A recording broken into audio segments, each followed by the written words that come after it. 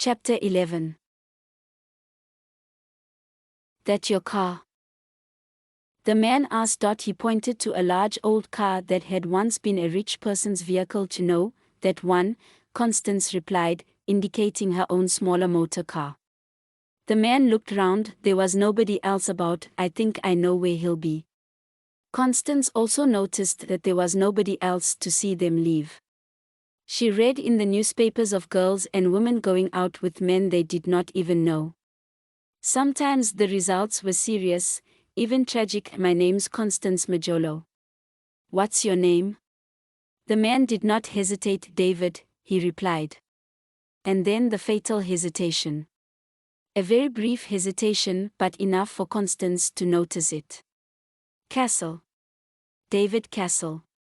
I must make a quick telephone call, Mr. Castle. Is that necessary? I think so. I'll wait for you here, he said. No, I want you to hear this call. You want me to?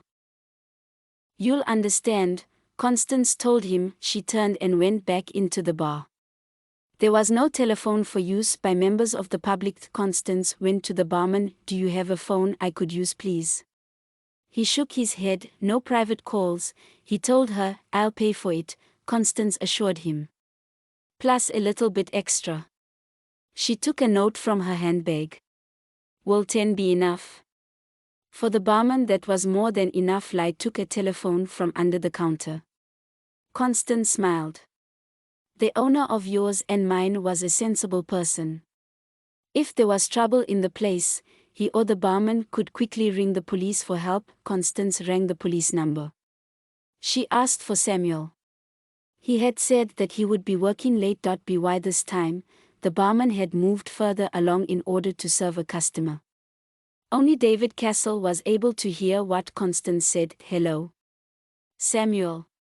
Hi. This is Constance Majolo. We talked earlier and... You remember? Good, yes, your help was great. Yes, thanks, I found the place I was looking for. There was a little more conversation and then Constance explained the reason for her call. Samuel, I'm in a beer hall called Yours and Mine. Yes, that's right. Yours and Mine. In Belleville. I'm trying to find Daniel Clark. I'm being helped by a man. His name is David. David Castle. And his address is...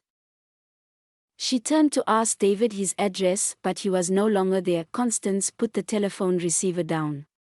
She turned to look at the people in the beer hall. A lot of beer was being drunk. She looked at the faces, some happy, some sad, but there was no sign of Mr. Castle. For reasons known to himself, he had pretended that he was going to help her. Once they were in the car. Well, there was no knowing for sure what he would do or try to do. Constance sighed. In their dealings with women, some men can be very foolish indeed. Before leaving, Constance thanked the barman. She offered to pay him the 10 she had promised. He told her not to worry, she could have the call free. Constance smiled and thanked him. Not all men were foolish, not all wanted to take advantage of a young woman. Take care, the man said. Thanks, Constance replied. It can be difficult at night. I'll be fine, Constance replied. Do you want to ring for a taxi? He asked. Constance held up her car keys. I have my own car, she told him. But thanks anyway. She went to the door. The air outside was cooler and fresher. It was pleasant to get out of that noisy, smoke-filled bar. Constance knew that she had been right to take care. It would not have been wise to go off with that man without first informing someone. And the best person to frighten him, if he intended to be foolish, was a police officer. He had given her his name, but he had soon disappeared when she was about to ask for his home address. That proved that he was not telling the truth. He probably did not even intend to search for Daniel. And as far as the name was concerned, Constance was sure that the man had given her a false name. There must be people called David Castle, but he probably was not one of them. She went to the car. She unlocked the door and got in. She inserted the key in the ignition and the engine started first time. The car was old, but Constance knew a man who was kind enough to service it for her regularly at a reasonable cost. Going to a large garage in the city could be very costly. On arrival back at her apartment, Constance took a shower. She was anxious to remove all traces of cigarette smell from her hair. She had only been in yours and mine for a short time, but that had been long enough for her hair to smell as badly as if she smoked herself. In fact, she had never even tried a cigarette. Smoking was a habit that she hated. Then she remembered that she had not eaten much that day. Suddenly she felt very hungry. She was going to cook herself a large meal, but she knew that if she ate too much now it might not be easy getting to sleep. So she fried 2 eggs and made a sandwich. She made a cup of tea too. That would be enough to take away the pangs of hunger. In the morning she could eat a large breakfast. It was midnight by the time that Constance finally went to bed. She was tired, but she did not fall asleep immediately. Her brain was too active. She was thinking about the events of the past few days. Such a lot seemed to have happened in a very short time. It was only a few days since she had met Mrs. Clark in order to make a record of the woman's last wishes. Now Mrs. Clark was dead. The house and furniture went to Bekiti and Jacob if no relative could be found. The only relative appeared to be Daniel Clark. He was proving hard to find. Certainly there was a Mr. Daniel Clark who lived with Daisy and 3 small children. But Constance still had no hard evidence that this Daniel Clark was the son of Emily Louise Clark, deceased. In a court of law it is necessary, as Constance knew well enough, to deal with evidence. In a trial there is no place for possible solutions, no way in which a judge or a magistrate can guess or imagine what should be. Facts are important. Facts are all that matter. People may think a person is guilty of a crime, even a serious one like murder, but the guilt must be proved. Constance knew she could not prove that Daniel Clark, who lived at 32 Majolo Street in Belleville, was the only child, the only son, of the late Emily Louise Clark, of Hillside, in the same city. She had not even met him yet. The following day was almost certain to be the day that Mrs. Clark was buried. It was clear to Constance that Mrs. Clark had been a good woman. Certainly, Jacob and Bekiti had been cared for. Over several years they had given her loyal service. She had treated Bekiti as a friend. That was obvious from the way the 2 women spoke to each other. Jacob, the gardener, had been with Mrs. Clark even longer than Bekiti. Now, with Mrs. Clark dead, he, like Bekiti, still had a home. Mrs. Clark had insisted that even if Daniel were found, Jacob and Bekiti must be allowed to continue living in the house at Hillside. Mrs. Clark was a woman who rewarded loyalty and friendship. This is not true of everyone. There are selfish people in the world as well as good people. When, at last, she fell asleep, Constance had bad dreams.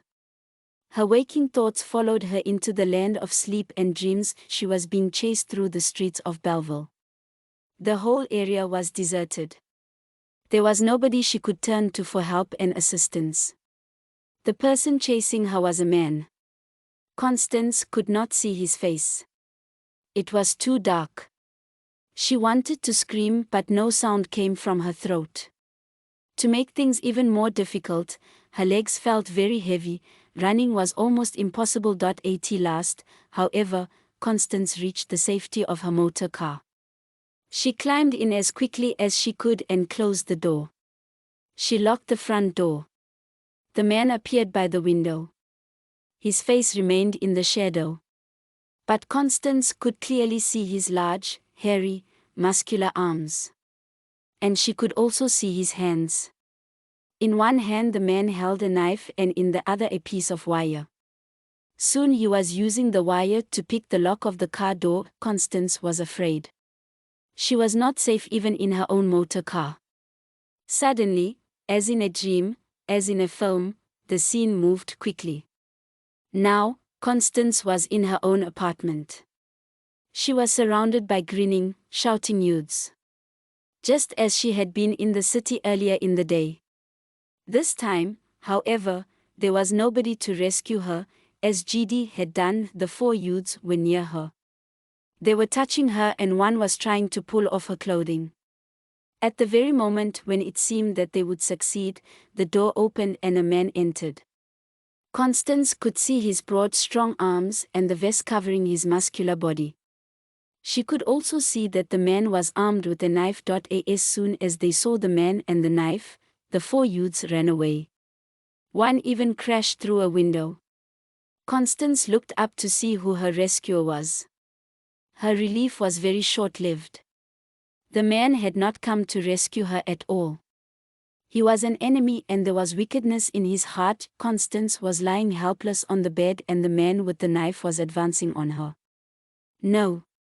No. Constance tried to scream. All that issued from her mouth were hoarse sounds. She looked at his face. Suddenly, it was no longer in shadow. You.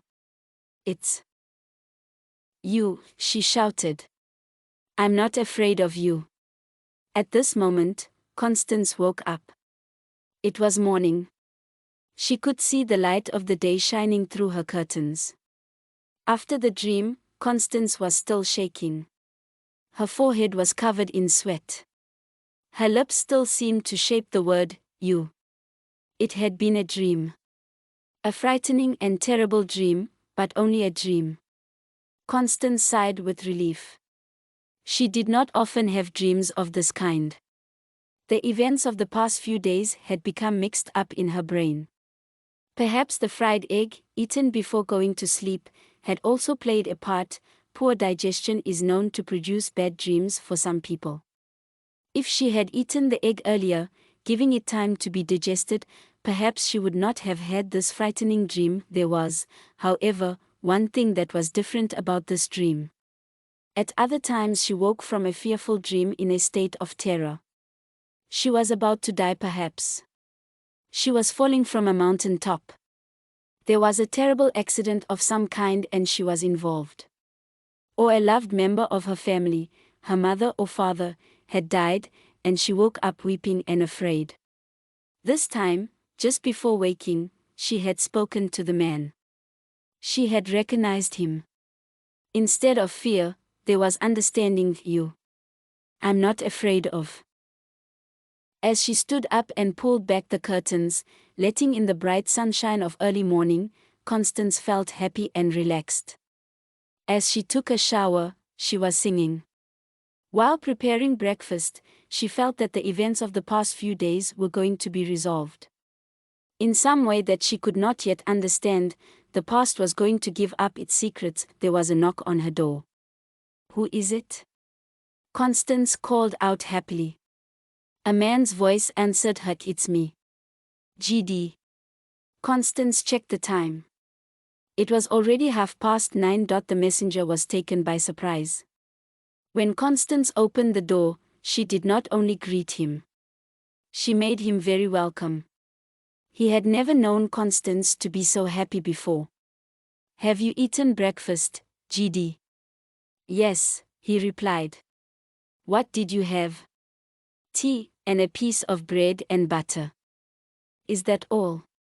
Yes, he replied miserably. Cheer up, GD, Constance said. I'm going to make you a fine breakfast. We don't have much time, he told her. Why not? Constance asked him gaily. That's what I've come to tell you. I went to the office first. Mrs. Mariby told me to pass on a message. Go on, then, Constance said. There was no reason for Mrs. Mariby not to send him in this way. After all, GD was a messenger. What? Poor GD seemed a little confused. Something had pleased Constance and he did not know what it was. There was no point in her trying to explain to him that she felt happy because she had suffered a bad dream. That would have made him even more confused. What was the message that Mrs. Maribe told you to give to me? Oh, yes. Mrs. Clark is being buried this morning. Yes, I expected that, Constance told him. GD looked worried. But you haven't even found Daniel Clark yet, have you?